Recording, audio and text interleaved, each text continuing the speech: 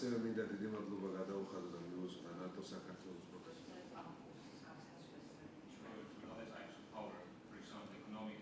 Today's and tomorrow's decision makers and opinion leaders from different sectors within this framework gives you კურსი არის ძალიან მნიშვნელოვანი იმისთვის, რომ თავდაცვის სამინისტრო შეერაღებული ძალების და ასევე სხვა სამინისტროების, უწყებების, სამოქალაქო საზოგადოების, მედიის წარმომადგენლებს ჰქონდეთ ადეკვატური სწორი აღქმა თუ რამხელა უსაფრთხოების გამოწვევები აქვს რეგიონს, საქართველოს და ეს ინტელექტუალური დებატები იმაზე თუ როგორი პასუხი უნდა გავცეთ ამ გამოწვევებს, სწორედ ჩვენი ესტონელი მეგობრების მხარდაჭერით ხორციელდება. ეს არის უკვე მესამე შემთხვევა და ჩვენ ამას ტრადიციად ვამკვიდრებთ, გავაგრძელებთ.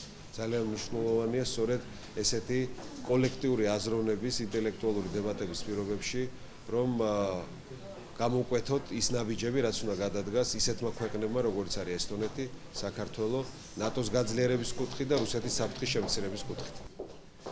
Well, the course started in Estonia in 1999. More than 1,300 people have participated in this course in Estonia. And it has been a wonderful experience for us.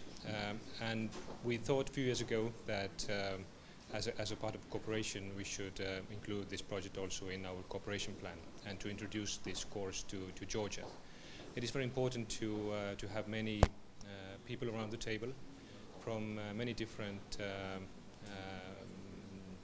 professions, be it politicians, officers, NGOs. ასეთი კურსები ძალიან მნიშვნელოვან როლს თამაშობს იმისთვის, რომ ამოხდეს ცნობიერება როგორც მედია სექტორის წარმომადგენლების და მათი საშუალებით შემდეგ უფრო ფართე საზოგადოების იმისთან დაკავშირებით თუ რა შეიძლება, რა საფრთხეები შეიძლება ემუქრებოდეს ქვეყანას, ასევე უფრო ობიექტურად გავაანალიზოთ ის შესაძლებლობები, რაც შეიძლება არსებობდეს თავდაცვის კუთხით ჩვენ სახელმწიფოში.